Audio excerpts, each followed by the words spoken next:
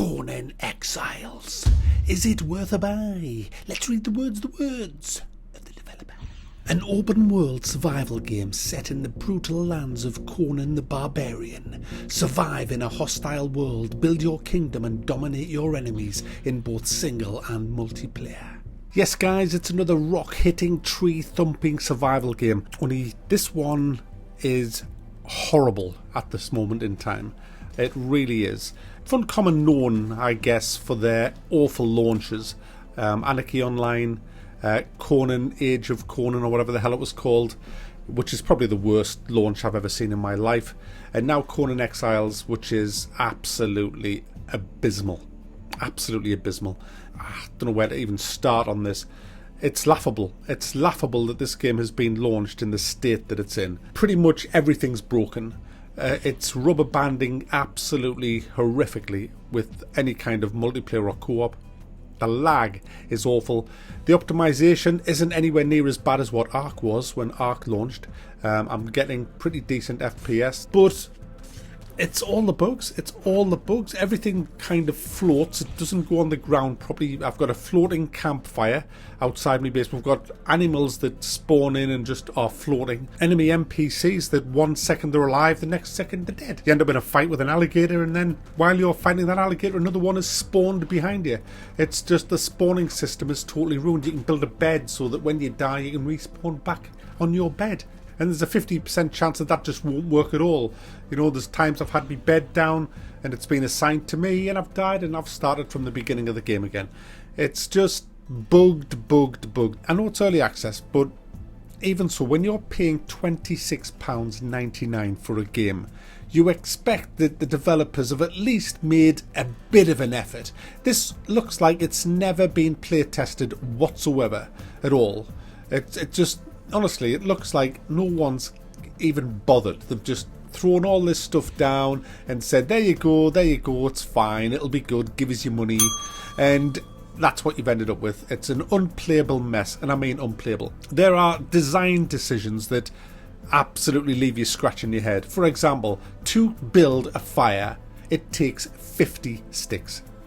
50 sticks. I can build one with fucking 3. In real life. Which idiot at Funcom thinks 50 sticks is an acceptable number to build a fire? 50. I could heat a whole house with 50 sticks.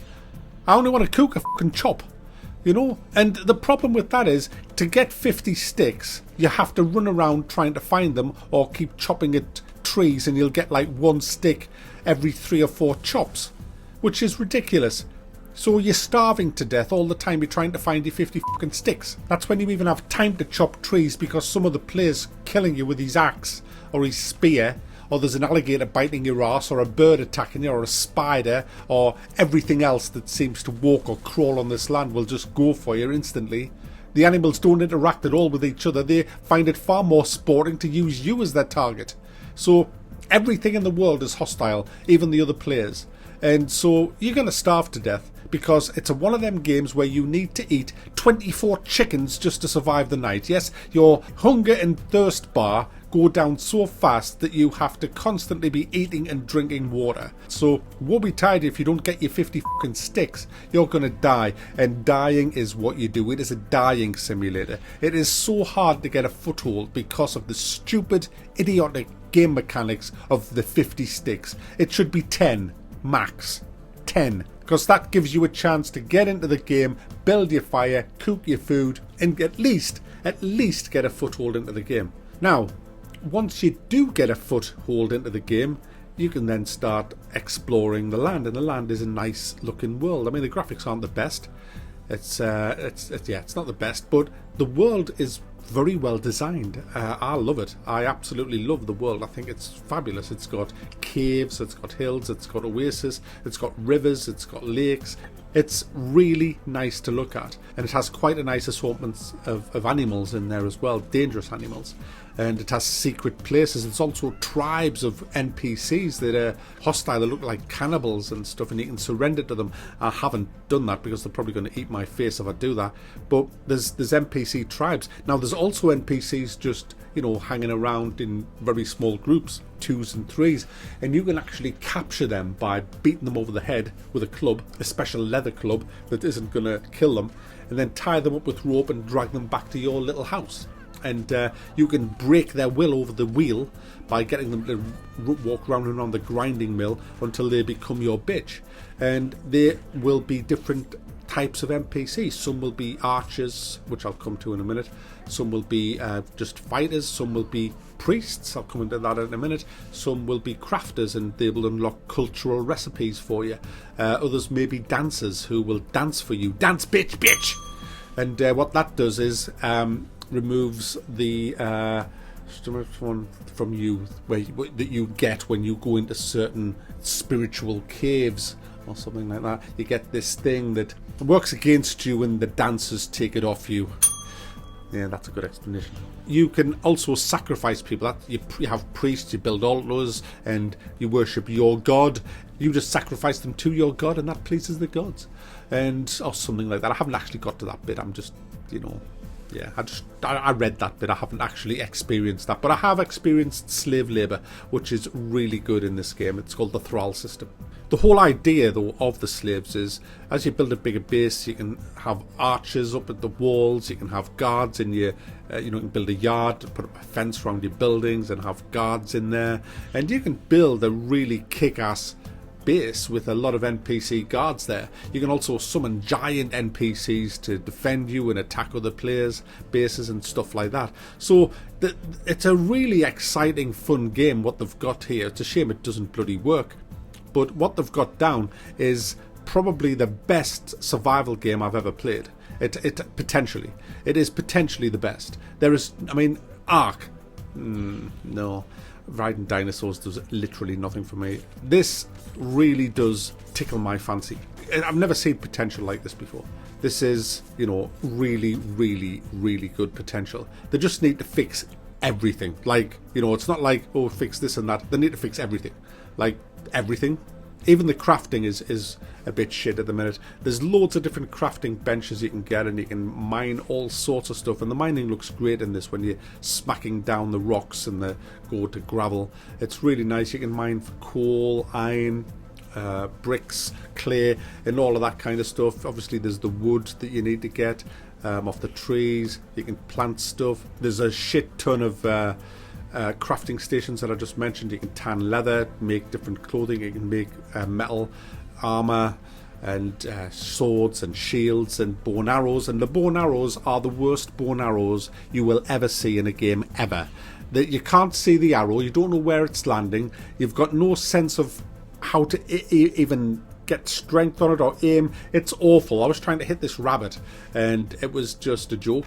I mean, I don't know if I'm doing it wrong, but it just looks horrible, the actual bow and arrow system.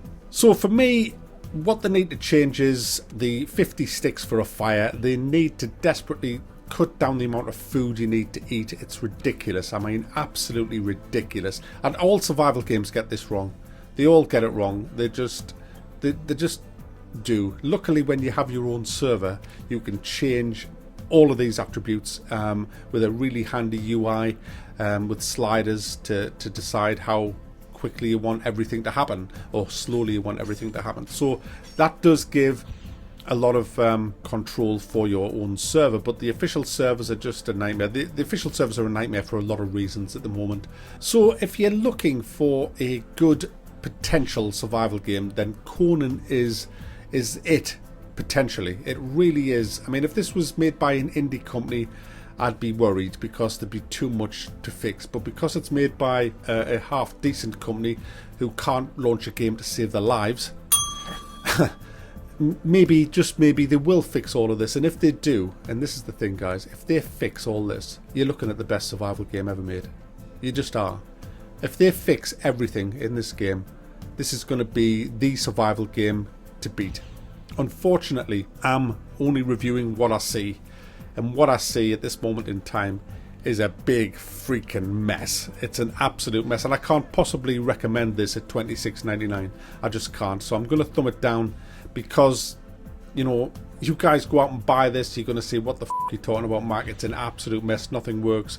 It's laggy. It's rubber banding. There's NPCs spawning on my face. There is one reason you might want to buy it, though. It has willies. It has willies. You can actually, in the actual player setup, the customization of the players is the best I've ever seen. You can change pretty much everything, even the size of your wang. Oh yeah, you too can have a wang like mine in this game, because it goes really small, or it goes really big as well. And you can have big-breasted women, yeah, and you can have, and before you worry about this, you can turn nudity off. I have it just on partial, which is probably just topless, you know. So you can, again, just configure what you see on your screen, but it does have great character customization. So there you go, guys, that's Conan Exiles. Certainly one to watch, and I'm going to come back to this sooner rather than later. This isn't going to be like a year later. I'm probably going to come back to this in a couple of months and just see if they've ironed out a lot of these bugs. And this is probably going to be my next donators server. I do like putting servers up for my donators, and I think Conan will be the next. So if you want it, buyer beware. It's full of bugs at this moment in time, but the potential, brilliant.